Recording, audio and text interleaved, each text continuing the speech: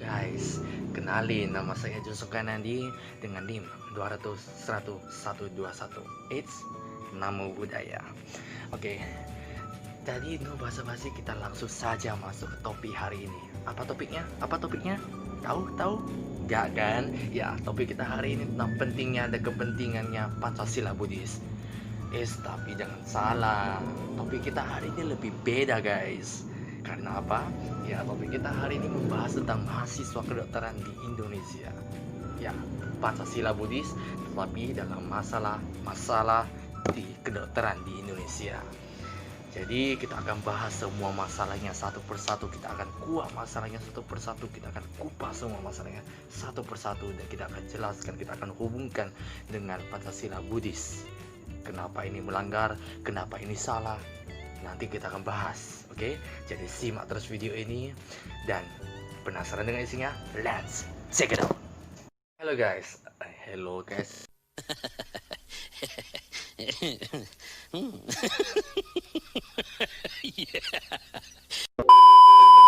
Oke guys, jadi langsung saja kita masuk dalam sila pertama dari Pancasila Buddhis. No basa-basi, oke. Jadi apa itu dari sila pertama dari Pancasila Buddhis? Ya, aku bertekad melatih diri menghindari pembunuhan hidup. Nah, sambil saya akan menjelaskan mengenai Pancasila Buddhis. Nah, nanti saya akan sambil memberikan cuplikan mengenai kasus-kasus di Indonesia yang sangat banyak. Saya berikan cuplikan, saya berikan video mengenai kasus-kasus yang sangat banyak tersebut. Setiap hari atau setiap tahun pasti ada perhati aborsi tersebut. Nah, jadi kenapa aborsi itu dilarang?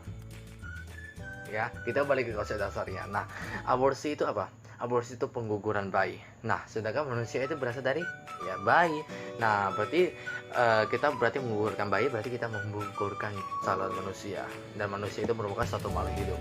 Tapi kan kalian pasti bertanya, itu aborsi setiap hari terjadi, setiap tahun terjadi seperti yang saya bilang ya kan.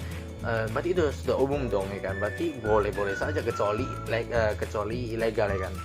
Ya, jadi kalau misalnya dalam agama Buddha itu dilarang. Agama Buddha itu dilarang. Kenapa?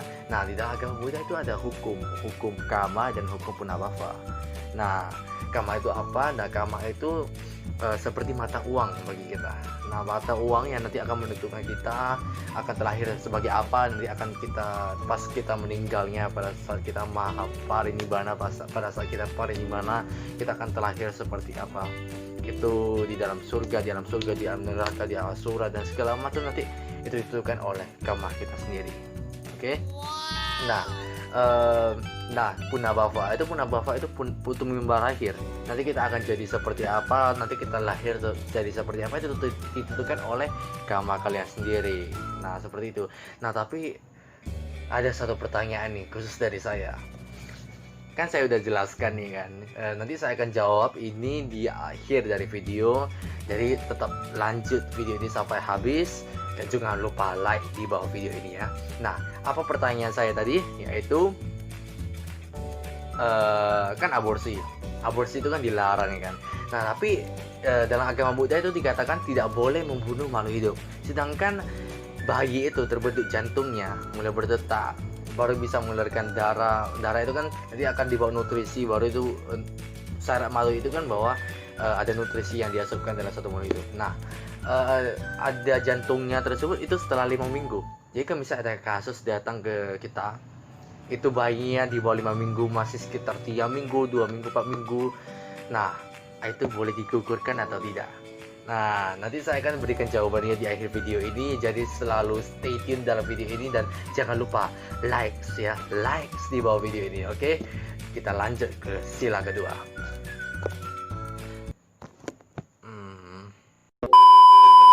Nah guys, kita masuk ke sila kedua, di mana dikatakan bahwa saya bertekad melatih diri untuk menghindari pengambilan barang yang tidak diberikan. Oke?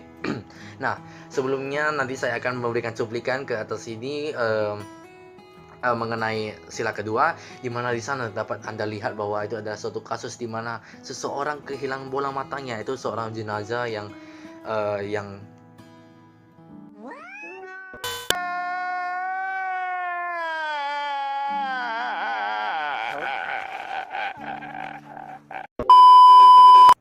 pasien COVID-19. Oke, pasien COVID-19 kehilangan bola matanya tersebut. Nah, diambil organnya tanpa persetujuan dari keluarganya tersebut. Nah, baik keluarganya setuju atau tidak setuju, sebenarnya kita tidak boleh mengambil organ atau mengangkat organ seseorang kan. Nah, pertanyaan kembali, kenapa tidak boleh? Ya, karena sedangkan di sila kedua dikatakan bahwa itu adalah barang yang tidak diberikan. Barang. Nah, organ itu barang. Ya, kalau barang berarti saya boleh ambil organ, kan barang dikatakan ya. Ya, jangan fokus ke barangnya, ya difokuskan itu ke pengambilan barang yang tidak diberikan. Oke, yang tidak diberikan, fokusnya ke tidak diberikan. Emang apa sih nggak boleh? Sombong amat. Jadi jangan apapun sesuatu barang, baik jenazah, baik organ dan segala macam itu tidak boleh kecuali ada izin, ada persetujuan dari orang tuanya, ada keluarganya atau dari pembimbingnya, itu baru boleh diambil. Oke, jangan fokus ke bendanya. Yang saya ingin katakan adalah jangan fokus ke bendanya, fokus ke pengambilan barang yang tidak diberikan ya. Jadi sesuatu itu harus berdasarkan izin. Dan kembali lagi, kenapa? Karena ada hukum kama dan pun apa-apa. Oke.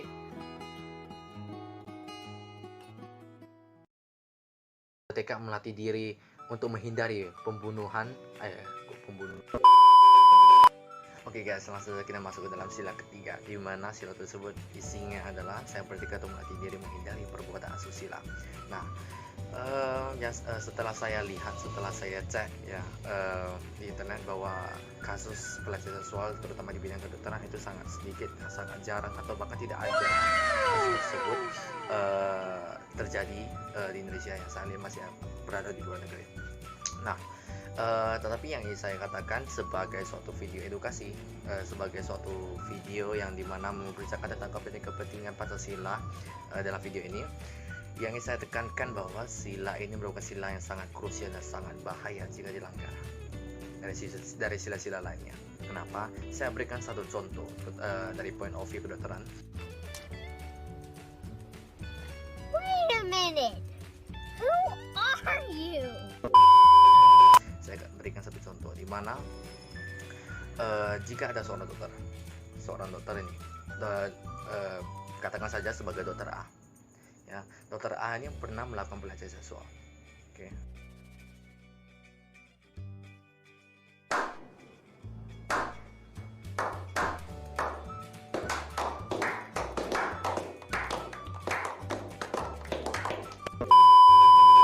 Dia pernah melakukan pelecehan seksual, tanggalnya berapa, kapan terjadi, terserah. Yang penting dokter ini pernah melakukan pelecehan seksual, selesai dari masa hukumnya, kemudian dia kembali melakukan praktek seperti buka klinik kembali. Nah, yang saya katakan bahwa apakah dia setelah buka praktek kembali, apakah ada pasien yang ingin datang kembali ke prakteknya? Pastinya tidak, bukan? Nah, itu mengapa yang saya ingin tanyakan bahwa kenapa para pasien yang tidak ingin datang ke praktek dari dokter A tersebut. Kenapa? Saya berikan 3 detik untuk kalian menjawab. Selainnya dokter tersebut ya melakukan pelecehan seksual dan lainnya, hanya satu kata yang hilang dari seorang pasien tersebut sehingga dia tidak ingin datang kembali ke praktek dari dokter tersebut. Kenapa? Hanya satu kata, saya berikan 3 detik. 1, 2, 3. Apa? Ya, kepercayaan kepercayaan masyarakat terhadap dokter A itu sudah hilang. Sekali berbuat masalah, ya masih banyak dokter lain yang bisa mengobati, bukan hanya dokter A tersebut, bukan?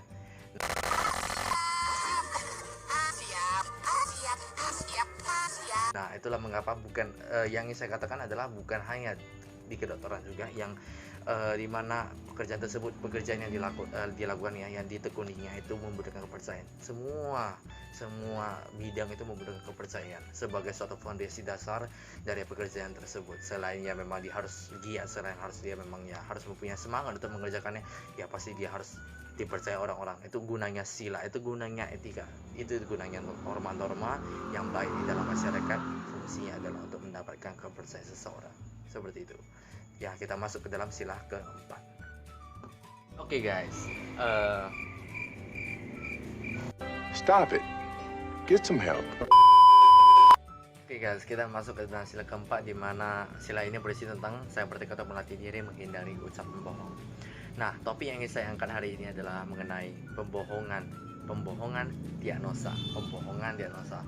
Nah, kalian pasti bertanya, pembohongan maksudnya apa sih? Merubah suatu diagnosa? Enggak. Kita nggak berbicara tentang merubah-rubah suatu diagnosa, walaupun memang itu pernah terjadi, tetapi yang saya katakan adalah konteks pembohongan di sini adalah pengalihan suatu pembicaraan untuk memberikan suatu hasil diagnosa. Itu merupakan suatu teknik ya. Sebelum saya memberikan suatu penjelasan lebih lanjut, ini saya ingin tekankan bahwa dalam agama Buddha untuk melakukan suatu ucapan berbohong dan menghasilkan suatu karma adalah jika kita berbohong, adanya suatu kata-kata yang memang tidak benar dan kemudian kita berusaha untuk melakukan berbohong dan orang percaya dan kemudian tujuannya tidak baik. Tetapi kita di sini mengalihkan suatu pembicaraan dan memang terakhir nanti kita akan memberikan suatu hasil diagnosa, tetapi dengan tujuan agar meningkatkan kondisi mental dari pasien tersebut, agar kondisi medisnya juga tidak drop pada saat kita memberikan hasil diagnosa. Nah, untuk lebih mengertian saya berikan suatu contoh kasus di mana ada suatu pasien nih. Ada suatu pasien mengidap depresi diakibatkan karena dokter yang mendiagnosa pasien tersebut memiliki penyakit kronis dan sisa waktu itu tinggal 3 bulan dalam kemungkinan dalam diagnosanya. Tetapi untuk lebih lanjut dia melakukan diagnosa dan kemudian hasil keluar diagnosa, dan sebagai tanggung jawab seorang dokter itu harus memberikan suatu hasil diagnosa kepada pasiennya. Tetapi apa yang terjadi kalau misalnya dokter tersebut langsung mengatakan kepada pasien yang sedang depresi tersebut, ya kondisi mentalnya akan jatuh hingga ke titik di mana dia tidak memiliki semangat hidupnya lagi, dan terakhir adalah kondisi medisnya akan turun, kondisi tubuhnya akan turun, dan terakhir ya berujung kepada suatu kematian kan. Nah, tetapi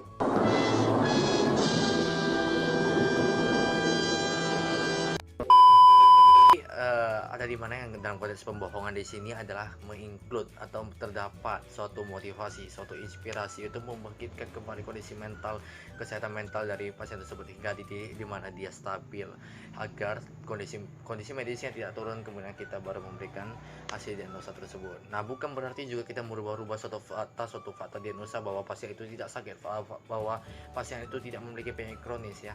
Tetapi kita pada terakhirnya kita akan memberikan suatu hasil diagnosa, tetapi dengan tujuan yang baik dalam sila keempat ini. Dan kalau misalnya kita berbohong tetapi waktunya tinggal 3 bulan, pada bulan keempat ya keluarga tersebut akan kembali meneror Anda bahwa Anda memberikan suatu fakta, suatu diagnosa yang salah, seperti itu. Sekian dari sila keempat, kemudian kita masuk yang sila kelima.